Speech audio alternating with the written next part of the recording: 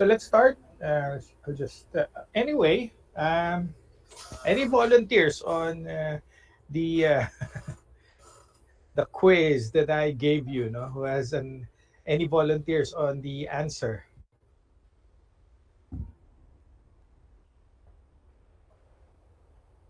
Masyado ba mahirap?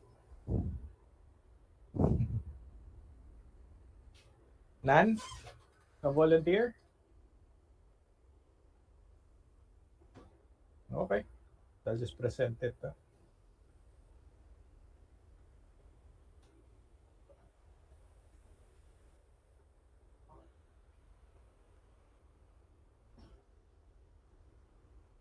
Okay, so just going to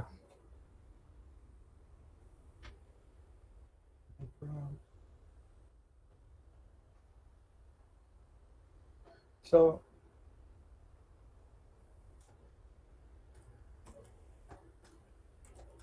okay. So here's the question again.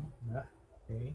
So create a program that will create a three-dimensional array. No? So it's of type float.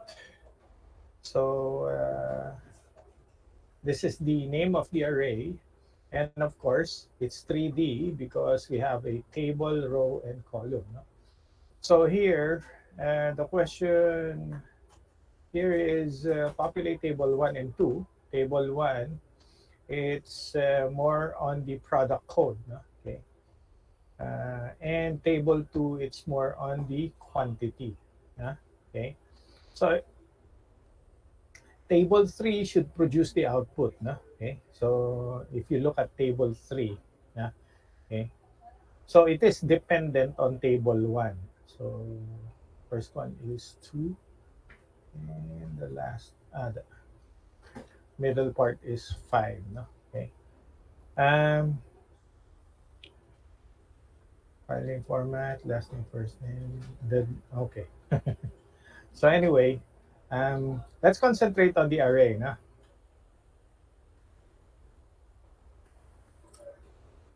So we're just going to call it prod3d.java.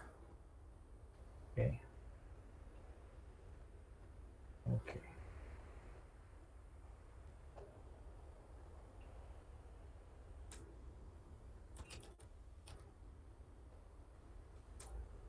Um, prod3d. Okay.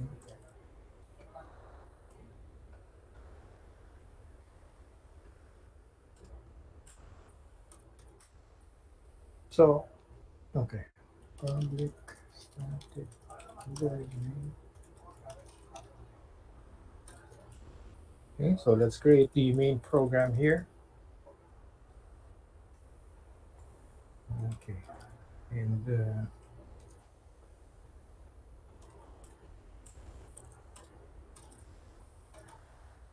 so float. I can use a wrapper class. No, however, based on the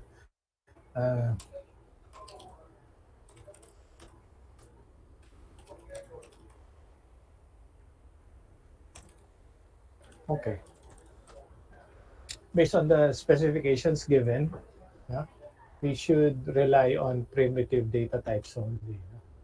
Okay, so how many, as you can tell, no, if we're going to concentrate, yes,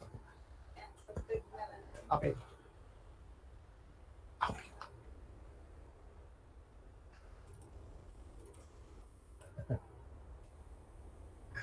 okay. So as you can tell, no, we have here row and column, okay, and we have the table, okay.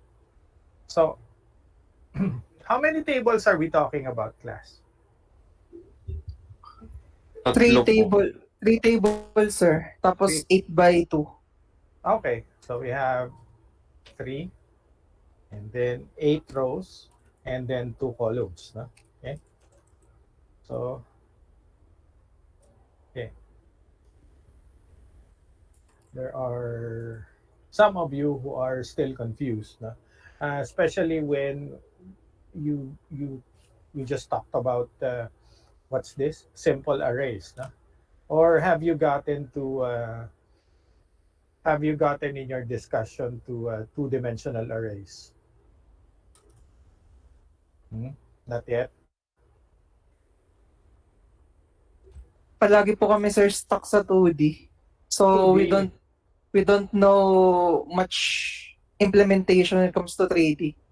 Yeah, you just add another. You just add table. That's it. Populate the product table. Okay. I'm just going to call it product, and then this one is table one. Okay. So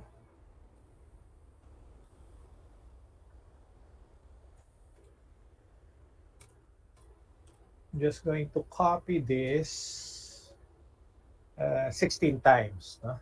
Because this is table one, no? Okay, and we have here 8 by 2, no? So 16 rows, huh? 16 elements, sorry, huh? Here. So you just multiply to get the number of elements. No? You just multiply all of it. Huh? Okay. So I'm just going to copy it 16 times 15. Oops, sorry. 3, 4, 5, 6, 7, 8, 9, 10, 11, 12, 13, 14, 15, 16. Okay. And then this will be table 0, zero base index. Huh?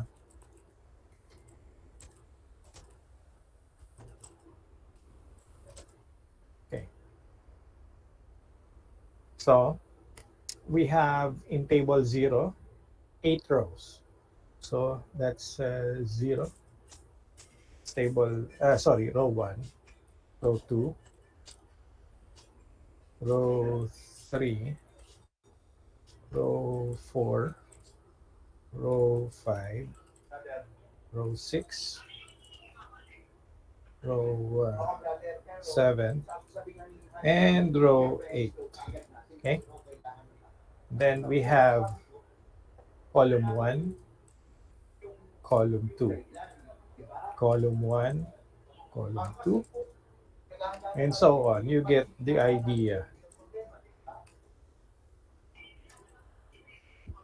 You can populate it using the, what's this? 0, 1.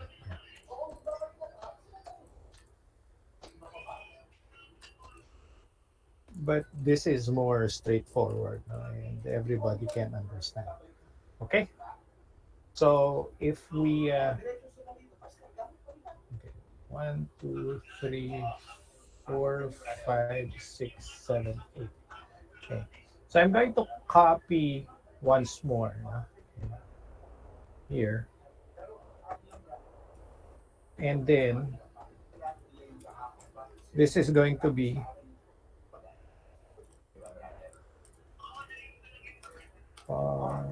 calculate product quantity. Okay? So this is table 2. Okay. So here, this is going to be table 2. Everything will remain the same. We don't need to populate the third table because that's where we will do the processing.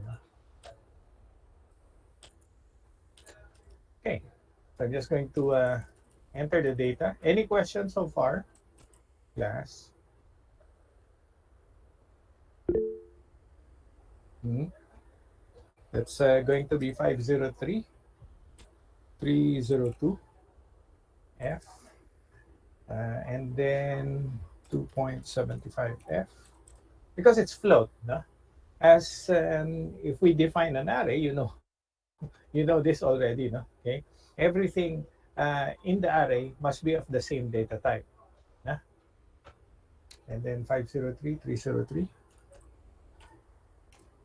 F, and then the price is 1.25, F, And then here, we have 5304 F, and then 2.0 F, and then 503305 F, and then 3.89 F, 5309 F, and then we have 9.0 F, and then 504401 401 F, and then we have 2.25 504402 F. Tell me if I did an incorrect entry na. 504 403 F, and then 1.4 F. I just browsed your answers. I haven't checked them yet, no? But still, is it the same as what I'm doing, class? Ginamit po namin, sir, yung isang way of declaring, Okay. inputting values inside the array. This one. Which is yung, yes, so naka-curly brace po. Okay, and then inside this one. Yes po. Okay. You can do that. However, you need also to declare table 3, which is you can assign 0 there, no? Did you assign 0? Opo, Yes, sir. May zeros po. Okay. And then 10 503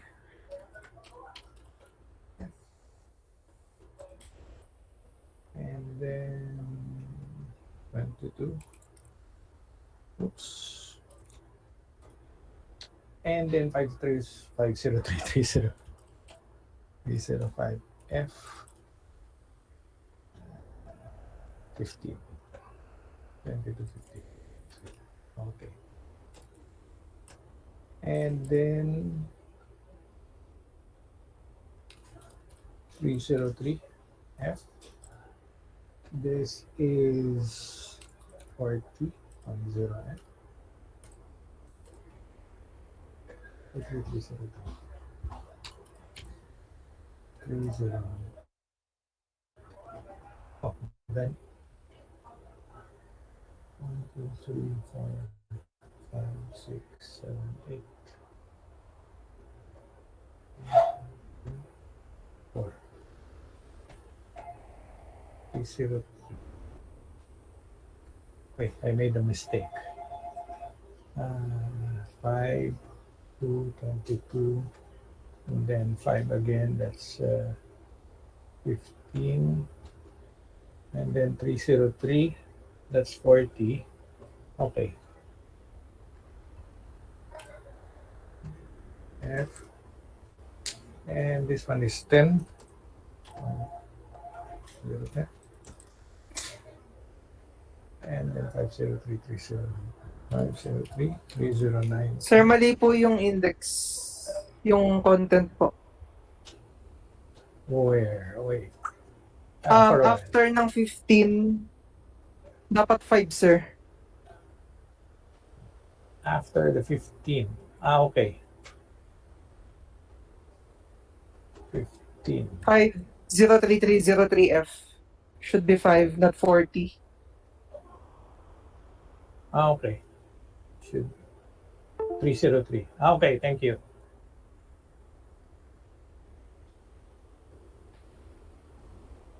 Should be 5. Okay. And then 304. Okay, and then this will be 40. Okay. 303 F. Tama na ba? 330, and then this is going to be 10.0F. Yeah. 503.309F, and then another 10. Yeah.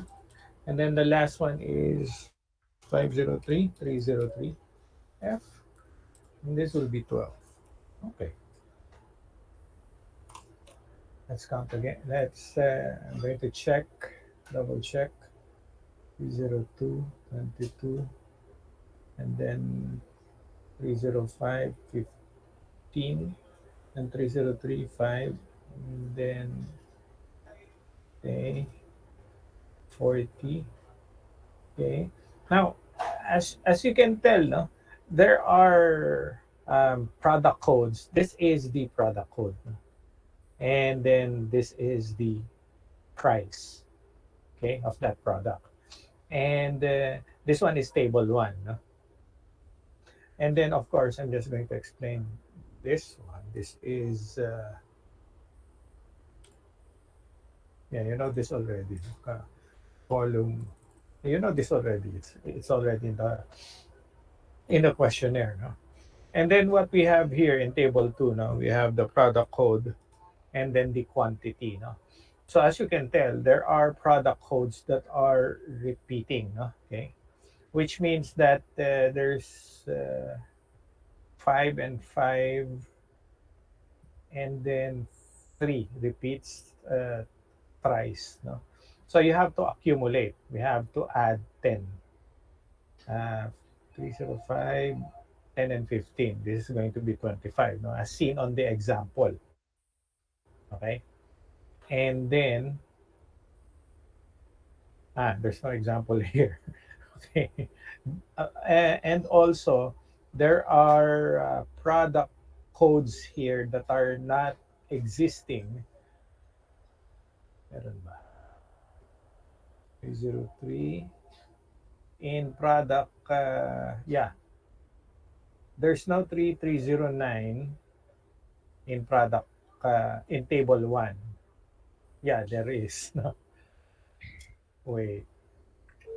Yeah, there's no 4401 and 44 up till 4403. No? Okay. Are there any orphan transactions, meaning that there's a particular product code that cannot be, what's this? Um, that is not found in the product table. 303, yes, there is. 2, 5, there is. 9, there is. 3, there is. Okay, no problem. Okay, so let's compile it first.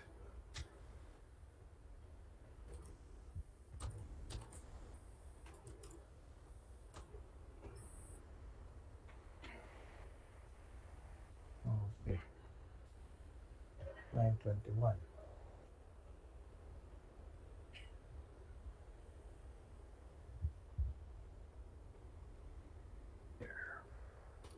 Okay,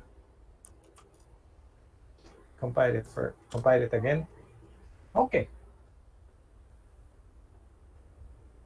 so what to do next? Of course, we must go inside a loop, no? Okay, and then I'm just going to call. I'm just going to call this prod count, no?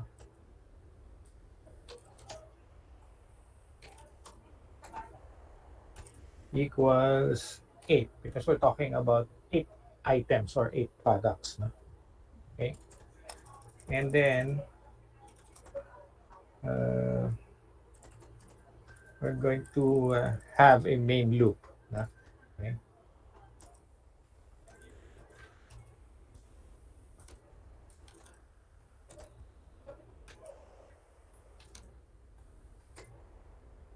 Less than count. Okay.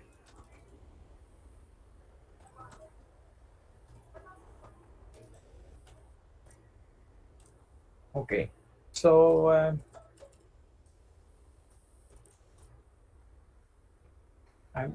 so there are different styles in coding. No? So what I'm going to do here is, of course, get the product code. No? Okay. So that's going to be, wait, sorry.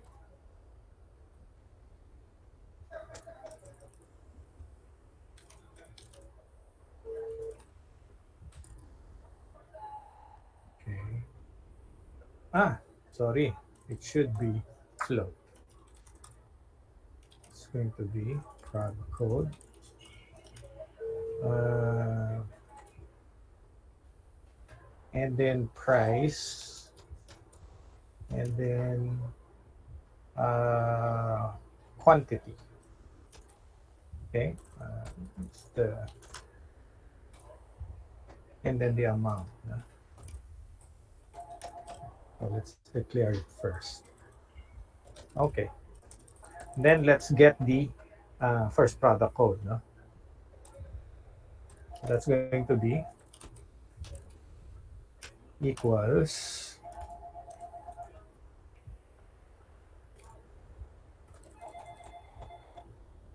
okay. So it's found in the first column, the product code here. Okay. So it's in the first column here. 0. No? So in order to get that, because we're talking about table 1, that's going to be 1. And then the row, that's going to be the index. Okay. And then we're talking about column 1. Okay. So that's going to be product. Okay. Get the product code. Okay. And then we're going to get the price. Price. For uniformity, let's right.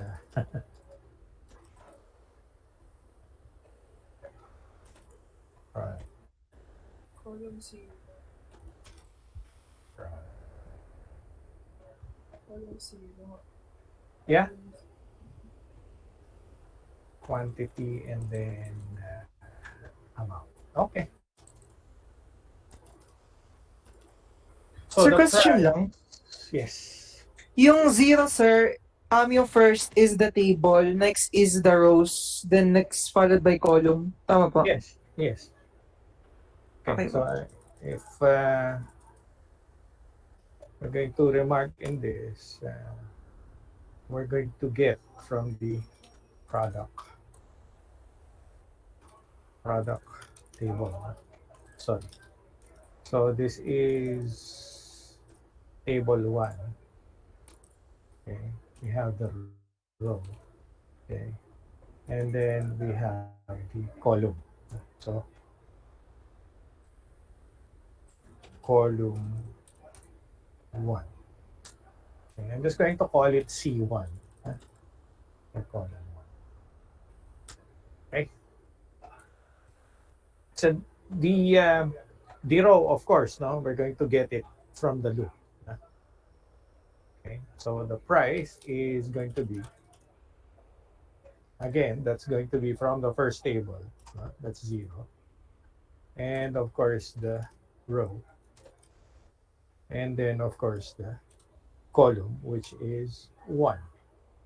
So this is column 2. So that you're not going to be confused. Okay. So that's going to be call 1.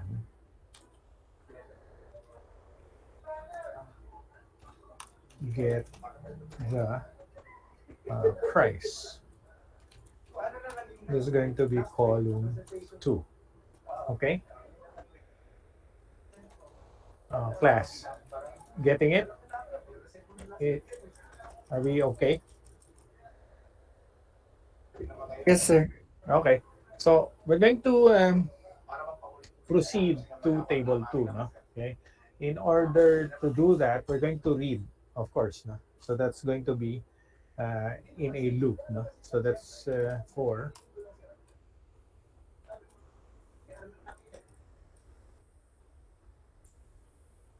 So get a remark here. Read table 2. Okay. Get the total quantity from table 2. Okay. So this is just going to be int sub. Just going to call it sub index. Should be sub counter. No? Sub CTR. Okay. Just call it sub CTR. Equals 0. Okay. CTR less than prod count, which is 8, of course. No? And then sub CTR. Okay. We're going to read every time we get a new product. We're going to read all throughout the table 2, no? Table 2, or the quantity table. No? Okay. So we're going to compare, of course. No? So if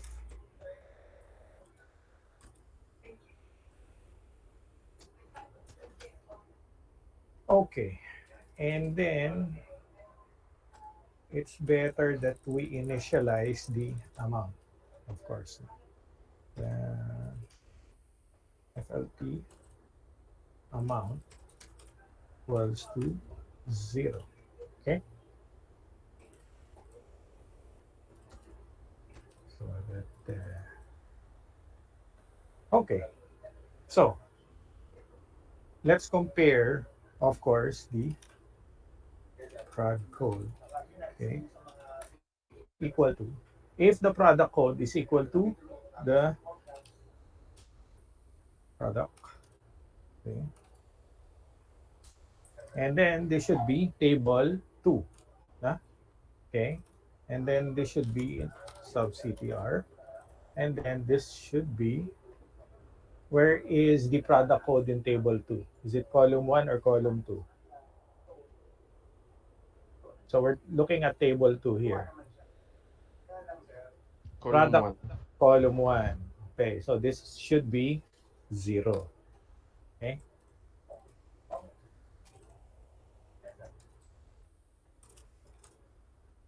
Okay.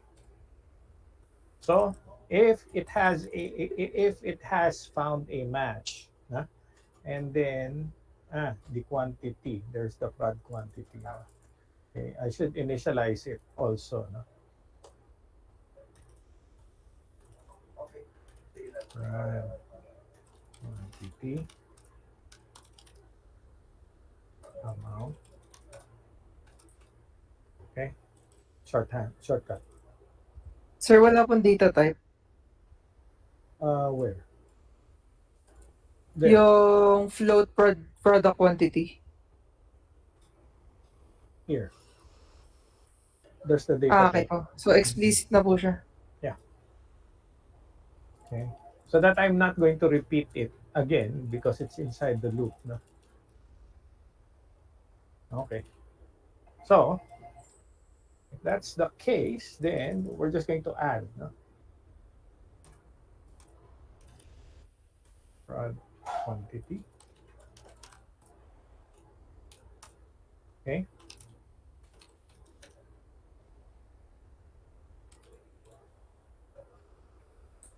Going to be table 2. And then column 2. Okay. So you're just going to add it. So any questions so far? Are we on the same page?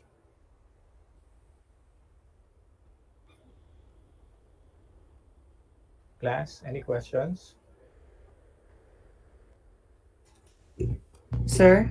Yeah, go ahead. So, bale, sir, yung first, tawag nito, yung sa first loop po sa taas, that is intended for product code, tama po, na table 1. That is intended for the entire Or ito yung entire table 1, tama table. po. Table 1, it it affects everything. This is the main loop. So we have the main loop. I'm just going to make it comment this as the main loop. Okay. So it controls basically the table 1 and of course table 3 because we're going to compute for the amount, correct? Yes po. Now, So, bale nangyayari sir, yung ano po, yung rows po yung lagi nakadepende dun sa main loop. Then yung iba, explicitly na po natin siyang nilalagay. yeah, of course, this is case to case, no? Okay, we're just concerned with the exception, of course, for table 2, because in table 2 we have to scan everything every time we. So this one scans everything. No, it starts from the beginning up to the last, no, because we're going to compare the product code, and once we've gotten that, no, we're going to add the quantity. So do you get it? Because there are repeating, so this one should be added. 503305 and 10 plus 15 should be 25. No? And then what else? Number 3, product 503303, no? It repeats 3 times. No? 5 plus 10 plus 12. Okay? So that's why we need this loop. Okay? So once we're done, we're going to, of course, compute for the amount. No? Okay, so that's going to be amount equals, I'm just like to check if the quantity is not empty. No? Okay, so we're just going to check one quantity, okay, greater than 0. Okay, and then this should be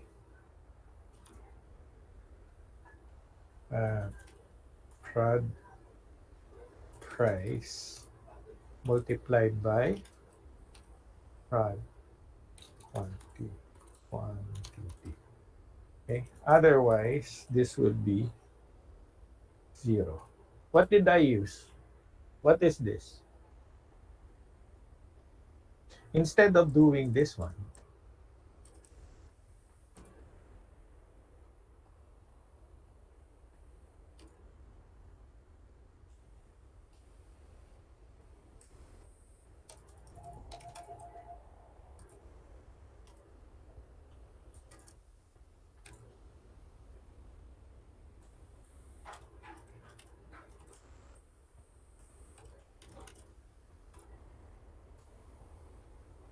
okay,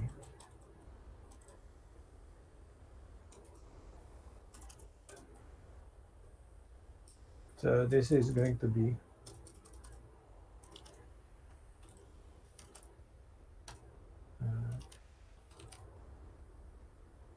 prod price multiplied by, okay, so this is the equivalent of the one above. So what is this called, class? Ternary operator po. Very good.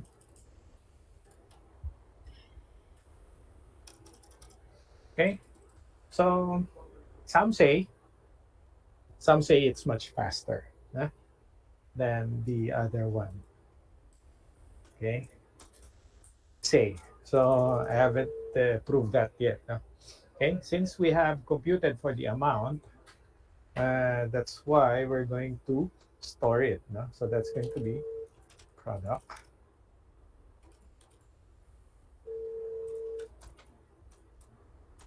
oops. Okay,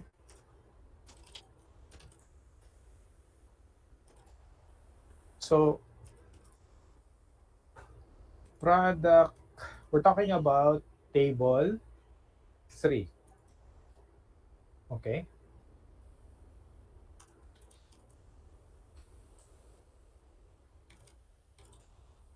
Okay.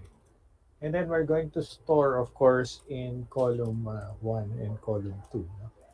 Going to store in column 1. What do we need to store in column 1?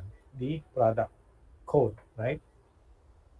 Correct? So that's going to be prod code. Okay. And then we will store here the amount. Prod. Sorry, amount. Okay. And then let's try to print it out, of course. No? Let's print it out first. Uh, system.out print line.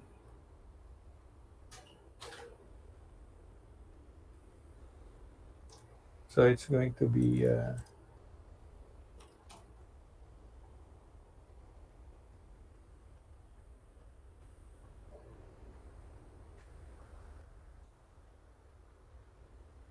so I'm just going to call it code, but it's going to be redundant. So what I'm going to do, huh? Never mind, code. So that's going to be prod code.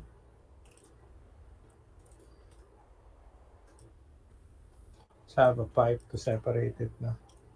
So this is going to be the quantity na.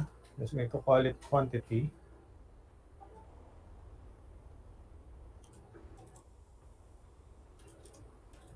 So this is going to be prod quantity. And then let's have a pipe here. Okay. And then we have the amount. Um,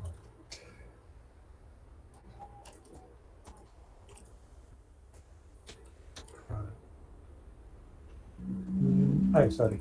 This is going to be. Yeah. Okay. Let's compile it.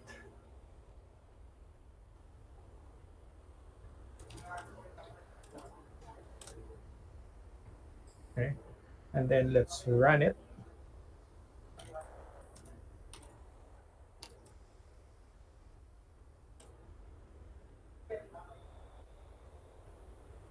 Okay. Let's see if we have 60.5 and 305, 97.5. Okay. So this should be the output, no? Okay. Let's view the array. We can view the array. However, I forgot the. Let's Google it. No? I'm going to Google it. Arrays. I forgot, no, class.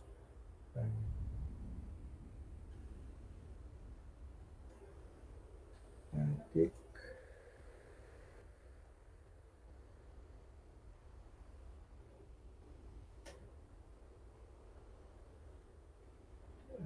There's a, if I remember, deep to string, this one, deep to string. Okay.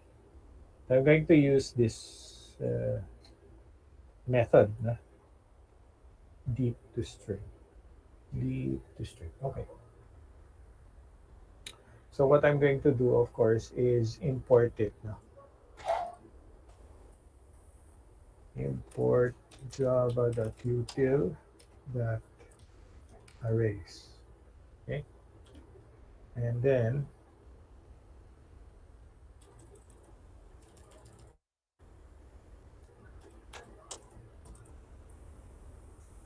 system.out.println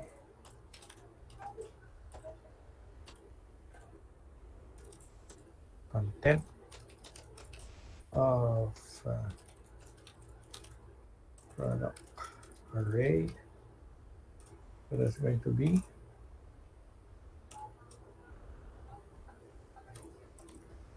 arrays.deep to string.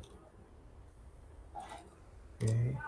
and then product.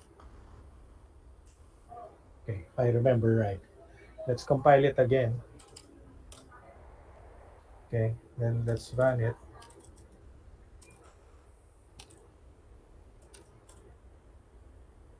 Okay. So it might not be elegant, but as you can see, no, okay, all the content of the array has been populated. Okay.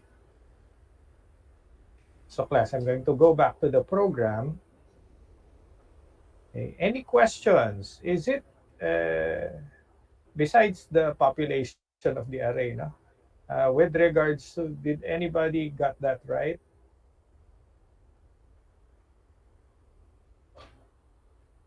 Did you arrive at the same answer, but of course a different type of code? Sir, Yes, yung sir. yung lumabas sa akin sa ano, yung sa table 3 ko, I'm not sure pero yung hindi siya 60.5 yung lumabas sa akin sa output. So, I'm not sure kung tama yun sa inyo. Because if you manually compute it, no, 302, sabi calculator here, no? The price for 302 is 2.75, correct? 2.75. Yes po, yes po. Okay. And then 302 has 22 and what else? Is it repeating or not? No, it's not repeating. So 22 times 2.75. 0.5.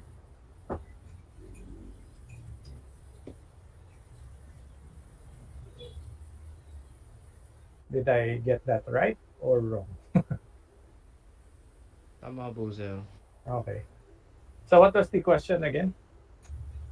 No, I'm just stating lang, sir, na ano, na medyo na mali lang siguro yung pagka-code ko dun sa computation part nung program. Okay. So okay, it's understandable, no? Okay. Ah, what's this? Anybody else? Anyone Ay, has sir, yes. tanong lang po. Hmm, go Paano ahead. po magagawa yung kapag ipiprint na yung contents ng table 1, 2, 3, yung product code tsaka quantity, it's a whole number, walang decimal. Pero yung price, meron po siyang decimal. Paano po mapiprint yung ganun? Okay. Uh, well,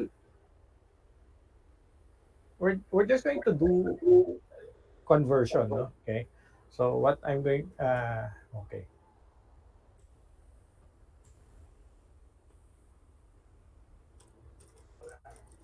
So here this is going to be int prod code prod quantity. Julia, ikaw ba yan? Apo, sir. So you want the product code and quantity to be whole numbers, no, or integer, correct? Yes, sir. Okay. So we're just going to do. I don't know if I can.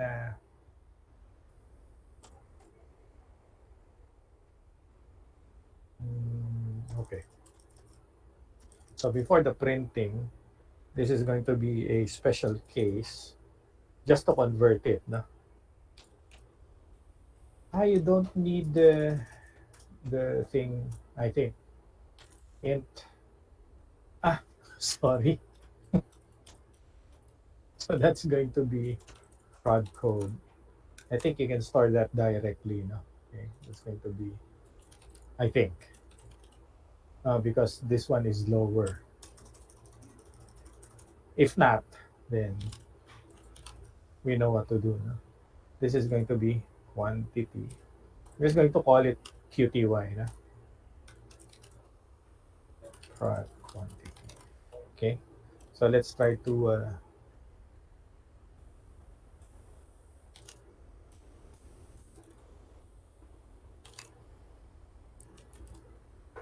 So it's just a matter of putting it on the right variable, no? Or identifier.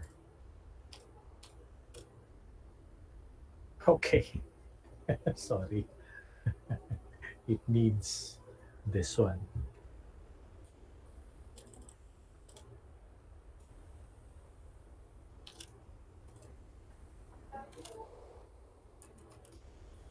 Okay. Let's compile it again.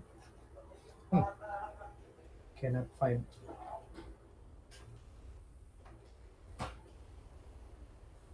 Okay.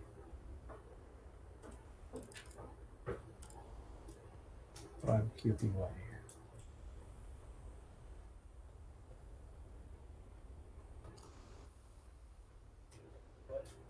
And then they should be from QTY. Okay. Let's compile it again. Okay. Run it. Run 3D. Okay. Julia, did I satisfy your inquiry? Opo, sir. Thank you po. Okay. Ay, sir, yung ginawa niyo po, is that typecasting or iba Yes. po? Yes. Correct. Okay. Sige po. Correct. Ibibigay niyo po yung code na yan sa Of amin. course, I will. Thank you po. Okay. Any more questions before we proceed with our lesson? Sir, is it possible po ba gumamit din ng mat.round? Yeah, of course. No problem. You can use, actually, that's for the next topics, no, the built-in methods, no, the built-in library. No? The round, of course, no, you're going to round it off to the nearest whatever decimal place you want. Okay, you can do that, of course, no problem. But of course, in our example, no, I try to make it as simple as possible. That's why the population, you can do your stuff, no, doing the open and close curly brace, no, to populate, no. But of course, no, I receive private messages that they are having problems with regards to multidimensional arrays or coding itself. No? That's why I made it. It's going to be, this is longer, but I think this is more readable. No?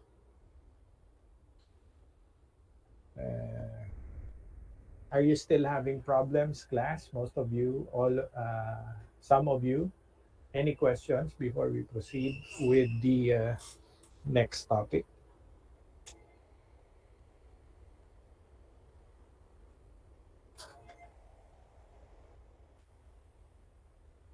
None. Okay. So let's proceed.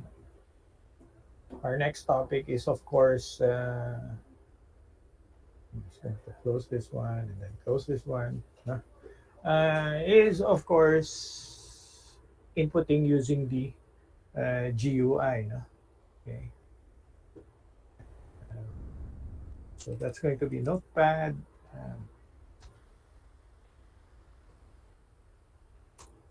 Data. Then going to call it entry GUI. Java. Okay.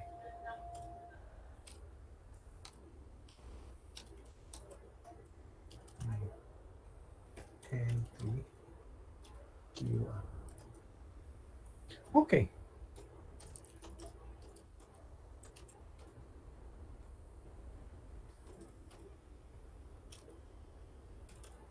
So, of course, we need to import Java.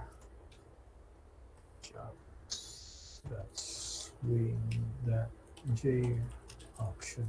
Okay. We need this one. Okay, because we're going to talk about the show input and then the show message dialog box. Okay.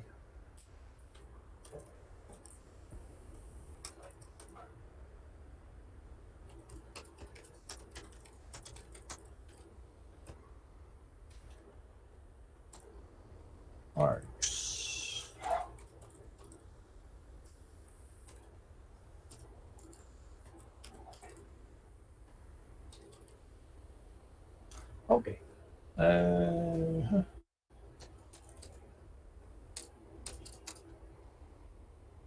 So we're going to create an object based on the show input dialog box. Okay, so string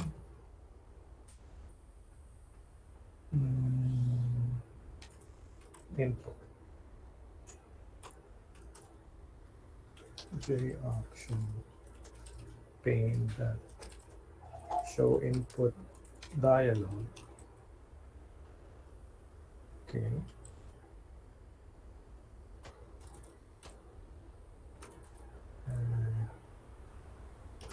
Please enter your name. Okay.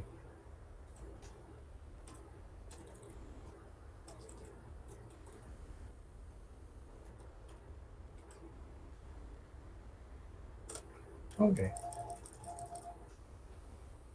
Just to be simple, no, everything that we in the input dialog, no, everything that we enter there is automatic. It's going to be a string. No? So you have to do conversion if you want. Not unlike the scanner class, no, wherein it has its own method with regards to numbers. No? Here, it's going to be string. No? So you have to convert it. Okay. So let's have a simple J option pane.